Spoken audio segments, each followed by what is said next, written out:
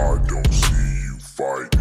I don't see you fighting. I don't see you fighting. I don't see you fighting. I don't see you fighting. I don't see you. I don't see you fighting. I don't see you fighting. I don't see you fighting. Hey nerds, welcome back. I'm Tyler. Today, I'm gonna show you how I made this behemoth mother of all charcuterie boards. What am I, Final Fantasy character? I'm really proud and excited about this charcuterie board. This is the first one I've ever made, actually one of two. The other one I don't have here any longer. That one was intended as a gift to my mother-in-law. So she has that at her house right now. I haven't actually seen a charcuterie board this beefy before. This is about 2 inches thick, 35 inches long, and 13 inches tall. So a really big, thick boy, if you will. The wood that I used is sisu or Indian Rosewood. And this particular slab was a crotch slab. So as you can see here, the crotch pattern is where two trunks of a tree or two branches meet and intersect. And it gives you a wild grain pattern. I haven't seen anything like this before. These are my first two charcuterie boards.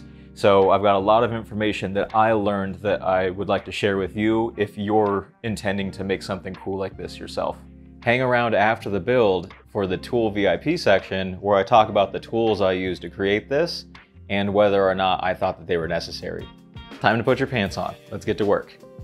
The hardest part for me when coming up with a cool design is knowing what to do. So here's a little secret. This is what I did, my method. I took a picture of the slab and then I uploaded it from my phone to my computer and played around with it in Photoshop where I drew a bunch of different shapes.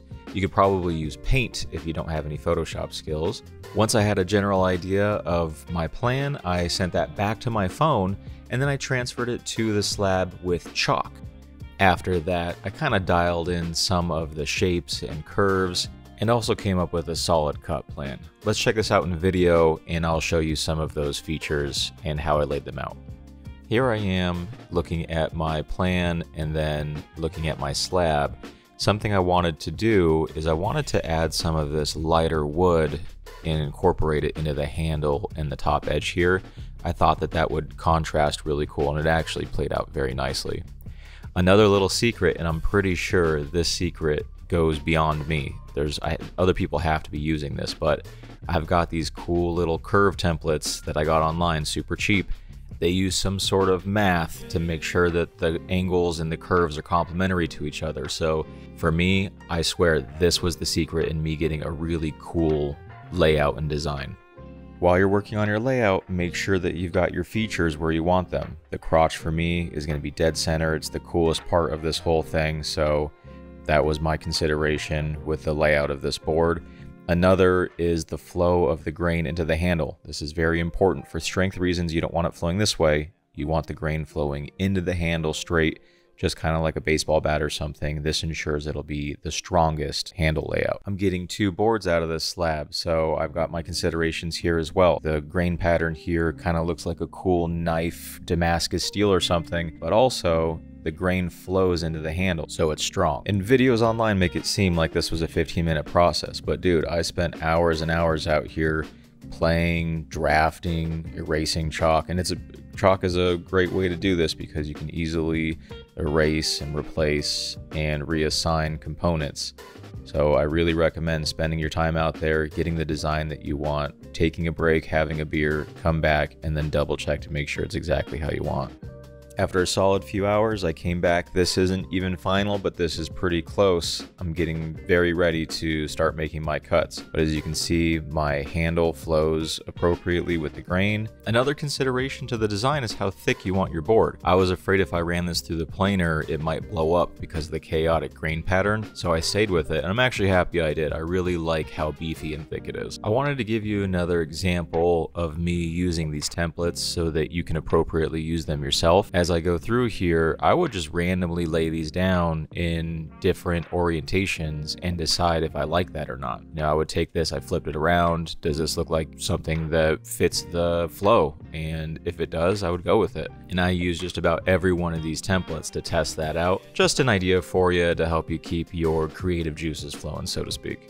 Another good set of tools to have is a ruler and or a good straight edge. I've got a set of some of the best, cheapest straight edges I've been able to find. I'll link those in the description if you're missing out on some. Time to start the cuts. I'm using a track saw. You can use a circular saw if you don't have one with an edge guide. Other ways I'm sure you can get this done. A track saw seems to make the most sense to me. And I just completed a plunge cut with no issue, but on this one, this is what you saw in the intro. I believe during this plunge cut, the riving knife caught grip or was requiring too much force to retract, and I think it set the saw off balance. Scary situation happened, so be careful out there. I've had nothing but great results with this saw until now, and I feel like it's just kind of unsafe. I'm going to be in the market for a different brand. The track was wiping off some of the chalk, so I decided to outline everything in pencil so that my marks remain for the rest of the project. I'm going to be using this track saw again here in a second, but no plunge this time. I'm just going to use it straight and hopefully don't have any issues. And I didn't. It seems to have worked out. Just that plunge feature is a little sketchy. With one side cut and having a straight line of reference, I could run the other side through my table saw, and I'm finding out that that grain pattern, the crotch, is releasing some tension. So I'm going back and forth here, making a couple different passes at this cut. If it's binding up your table saw, just be careful if you have to do that. Then I used my jigsaw to clean up some of the extra leftover material and kind of just tighten this up. I'm going to move from here over to my drill press, and we're going to use Forstner bits to really remove quite a bit of material from the inside of these curves. They're just too tight, and this material is too dense and too thick to get in there effectively with the jigsaw. You're going to get some deflection anyways, but at least this way it'll minimize that and minimize the wear and tear. Your Forstner bits are made for this. It's not going to be an issue. Bending that jigsaw blade in there is going to be rough. It's going to be rough on the blades. It'll be rough on the jigsaw as well. So let's work smart and not hard on this one. Oof. Here's an up close of the damage. We're going to be fixing this later on, but another reminder, just be safe while you're working on these things. It's not worth it. So now that I've hollowed out these holes in these big places here and removed a lot of the material, I'm going to be using a regular drill bit, not a Forstner bit, to get in on these tight inside corners, and that way I can lead my jigsaw blade into those corners, be able to turn it around, and then finish the rest of the curve off. Having a sharp corner also isn't good for wood, as wood likes to split in sharp corners, so having a little tight rounded corner in here should mitigate that risk. And let me say, what I'm doing to one board I'm also doing to the other. This way I don't have to explain everything twice, and hopefully I can keep the video a little bit shorter because of that. Okay, let's zoom in here and I'll show you what I'm talking about. Use the outer edge or the radius of the drill bit to take on the profile of that corner rather than using the center of the bit. That way it doesn't alter your plan at all. And be generous with your holes. No. No. Mm-mm. Mm-mm. No. No. No. No. No. No. Hell no. No. No. This is only going to help you when you get to the jigsaw stage. Speaking of jigsaws, I know I'm going to be talking about this later in the tool VIP section, but I want to give a strong recommendation for this DeWalt barrel grip jigsaw. I've never been able to jigsaw very well. I'm always inaccurate with it, but for some reason the ergonomics on this thing is fantastic. And it may not be just the DeWalt. Maybe it's, other brands have their barrel grips also, so maybe that's the case. But I haven't used those. I've only used this one, and I really do like it. And I think it's pretty obvious here. All I'm doing is going through and following my cut paths that I have laid out. No need to be perfect, just get nice and close to that cut line. We're going to sneak up on it later with the spindle sander. That's a more precise method of getting up close to that cut line. We're gonna have to clean up some of the deflection left by the jigsaw blade anyways. This wood is just too dense and too thick, and these corners are too tight to avoid it. Here's something to take note of. As I'm going through, I'm gonna be removing a big chunk here. Instead of finishing the cut all in one pass, I'm gonna use a clamp to avoid some splitting or splintering that may have occurred because the heavy piece decided to fall before I completely finished the cut. Next move is gonna be to remove the live edge stuff. So first remove the big chunks of bark, and then with a pretty dull chisel, I'm going through and kind of like bluntly shaving off some of these other bigger chunks that are left behind. This way I don't damage the natural look of the live edge. And then I'm going to come through with a wire wheel and then get rid of what's left of this kind of like darker brown skin. The end goal is that the live edge wood color matches the inner wood color, and then you'll know that you've removed everything. The next step is removing the remainder of the material using a oscillating belt and spindle sander. I have the Wen model. I really couldn't have had the quality of boards that I did without this tool.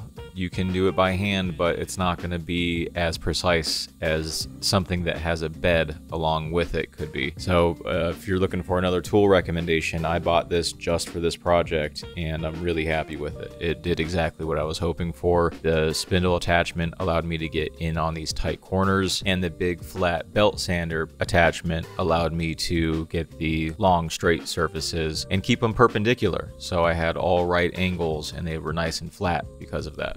Here's a demonstration of the thinnest spindle piece and how I used it up in all these tight little corners to round it out and also help with some of that blade deflection, and I'll show you some of that here in a minute. As we talk about removing material, I want to highlight another tool that I used, which were a set of rasps. You can get all kinds of different rasps. You could even use metalworking files to remove material, but these are intended to remove a good amount of wood, and I'm glad I had them. They really assisted in shaping the inside of these handles in these tight spaces where sandpaper would have taken me forever, and unfortunately the spindle sander isn't small enough to get up in these little tiny spots.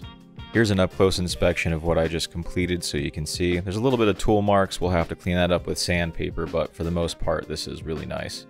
I'm also noticing the back of this handle is kind of ugly and there's some blade deflection from the jigsaw blades. So I'm going to demonstrate that. I have this up against the spindle and on the bottom portion, and as you can tell, paper is fitting behind it, so we know that it's not at a 90-degree angle. So I'm going to go through, I'm going to remedy this with the spindle sander. Again, a fantastic tool specifically for this. The big board in the crotch portion had a little bit of rot and some punky wood. So I used a pick and a very small Narix chisel to remove a bunch of the trash wood. You can feel it. It's obviously, especially in contrast to the hardwood, it's very, very soft and you could easily pick it out. But I'm going to end up filling this with some epoxy tinted with some black pigment. And I pulled kind of a bonehead move here. I used the quick curing epoxy and it didn't really give enough time for the bubbles to escape the crevices. So I might recommend going for like an overnight epoxy instead. So I had to do this process several times, but I sanded it down, vacuumed out all the dust, and here you go. You can see that the epoxy's in there, but it's filled with air bubbles, right? Air pockets. So I'll have to do this several times. I think the long cure might help that. Something I did that wasn't a bonehead move though was getting some plastic syringes. This way I can suck the epoxy up and then deliver it a little bit more effectively into the small spots that needed it. This helped cut down on the amount of sanding I had to do. Okay, now to repair this whoopsie from earlier, and to spoil it ahead of time, I didn't do a perfect job. The execution of the plan here is actually, in my opinion, perfect. I just goofed up and put this in backwards. I'll show you in a sec. But I'm taking a cutoff and I'm matching up the grain pattern, which looks really good. I double-sided tape this to a sacrificial board that I run through the table saw to give me a little sliver. Be careful on this part. It could have whipped back, but it was just balanced just right, so that worked out. Next step is going to be using my new oscillating sander to dimension this slowly. And this is so stupid, don't do this. Oh, there it is. Got my thumb.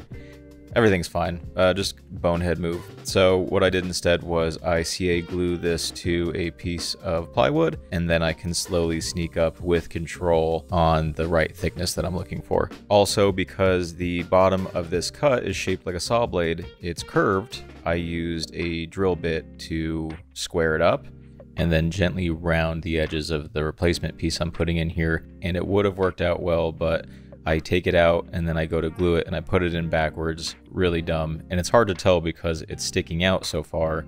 But after I sand it down here in a second, we'll see that it's just bad. Bad placement, bonehead move, dumb on my end. I use a rasp to remove most of the material and then my sander to get down in there. And to really help hide the seam, I add some wood glue, make sure I turn off my dust collection, and then sand it flush. The sawdust at this point takes on the wood glue and then fills the gaps and basically makes it seamless. And here's a close-up look. Like I said, I'm not afraid to ever show my mistakes. This is ugly, it's what it is, but a good reminder. A reminder that I have all my fingers and it really doesn't end up looking that bad in the end. Next move for me is an 1/8 inch round over. I did the entire thing, starting with all the flat surfaces just to check it out and see how it feels. I didn't touch any of the live edge stuff. I left that natural. I think that might be obvious. But I came through the handled section, did an 1/8 inch round over as well. And I'm going to come back through here and I'm going to change that. I want to do a 3/8 inch round over on the handle. It just didn't feel soft enough to me. The corners still kind of dug into your hand a little bit. And I really wanted it to have a particular handle feel to it. I would have liked to go even higher on this, but the tight corners in here wouldn't have allowed a bigger bit. So 3/8 inch round over is as far as I could get. Be careful when you're doing this. In these tight corners, if the bit hits both sides at once, it may be catastrophic. Came through with a little bit of sandpaper really quick just to check it out, and I'm really happy with that. I think that that really smooths it up, gives it a really soft feel. And I stopped and started the 3/8 inch, so from 1/8 to 3/8 inch on the same spot on both sides. So make sure that you're doing that as well, or do whatever you want. It's your art, you can do how you like. Next move is going to be tons of sanding. I had to hand sand inside all of these little crevices and corners, and then busted out my bigger random orbital sander for all of the flat surfaces, which I'll give you a recommendation in the VIP tool section about this sander. I really do like it for how cheap it is. I went from 120 up to 320 in between grain popping with a little spray bottle with water. You really don't want to skip this step. It's going to be mandatory. If this gets wet in the future, even after finishing, you're going to be pretty pissed. It's going to be fuzzy and hairy and rough, and that sucks. So do it now and you won't have to worry about it later. Here's an example. I sprayed a little bit of water in here, let it dry, and the grain rose so much in here, it became so rough and gross. And here we go, this is what it looks like after 320. Smooth, dude, freaking smooth as heck. Stoked about that. Let's go ahead and move on to the finishing portion. I'm going to be using a 50-50 combination of finish. This is 50% citrus oil and 50% tung oil. This is a natural finish, so you don't need to wear a respirator when you're doing this. The citrus oil acts as a thinner, so the tung oil can penetrate deeper into the wood. If you've watched Mark from the Wood Whisperer, he went over in detail how great of a finish tung oil is for utensils and things in the kitchen. So I recommend you checking that out if you haven't already. Basically, the idea is don't oversaturate it. Put some on there, let it soak in a little bit, wipe off the excess, wait a little bit, and then do again. I did it like 2 or 3 times, and then you're gonna have to wait like 2 weeks before you can do anything with this. It will not cure or set up for like 2 weeks. So that kind of sucks, but it's totally worth it. Look at this finish. Looks fantastic, dude. Here's a couple more shots. I'll just kind of keep quiet, let you enjoy it. I'm very, very happy with this.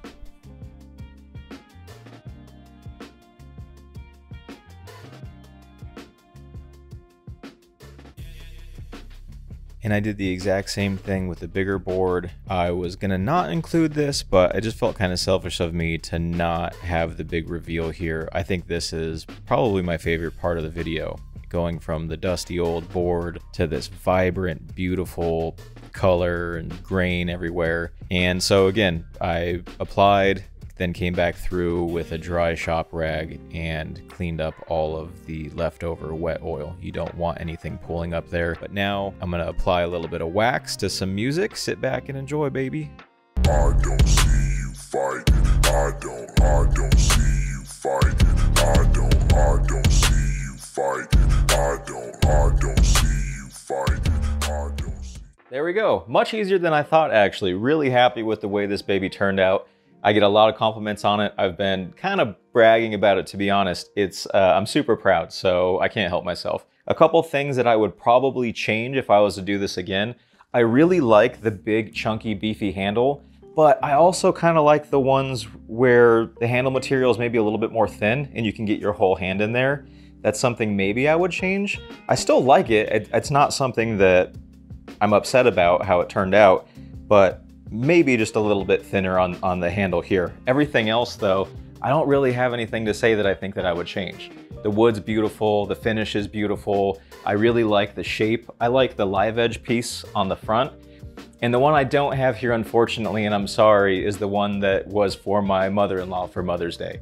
So she has that one, but that one's really neat too, the one that looks kind of like a knife. And this one actually does too. This kind of has a little bit of a knife shape to it, and I think that's what's so attractive to me. And it may not be your bag, but it's something that I really like.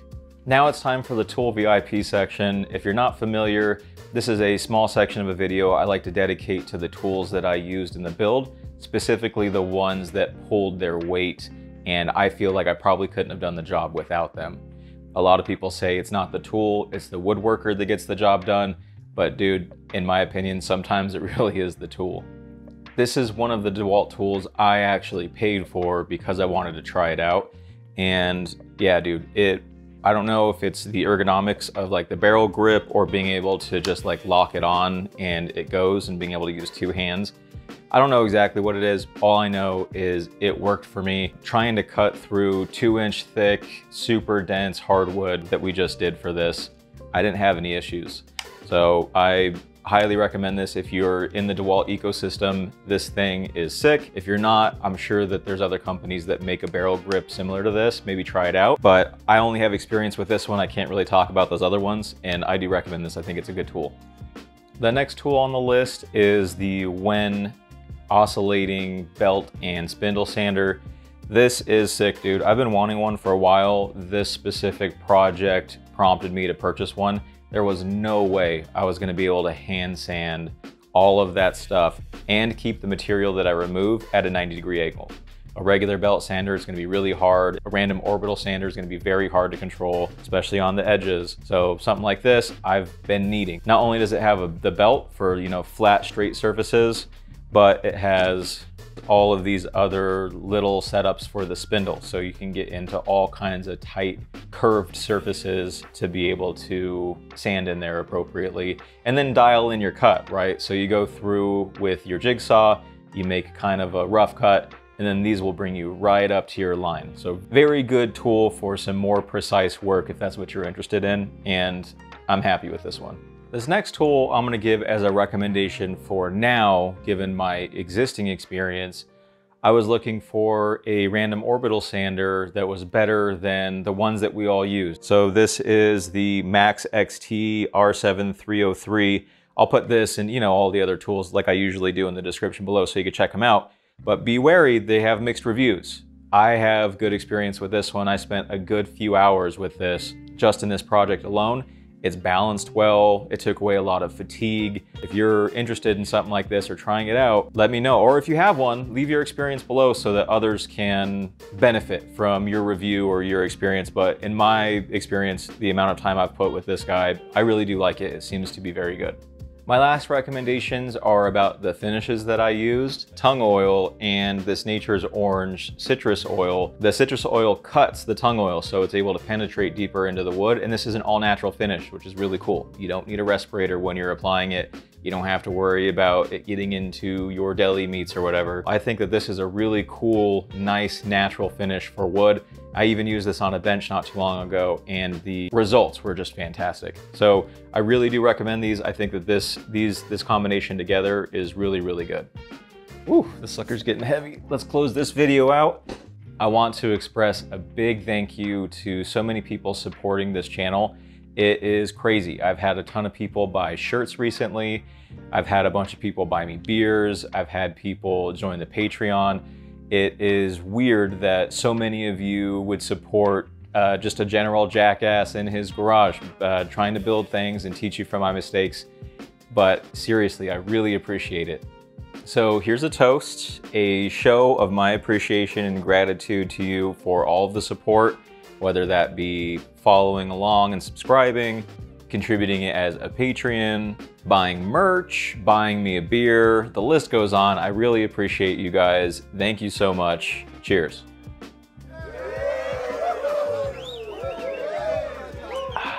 Tasty.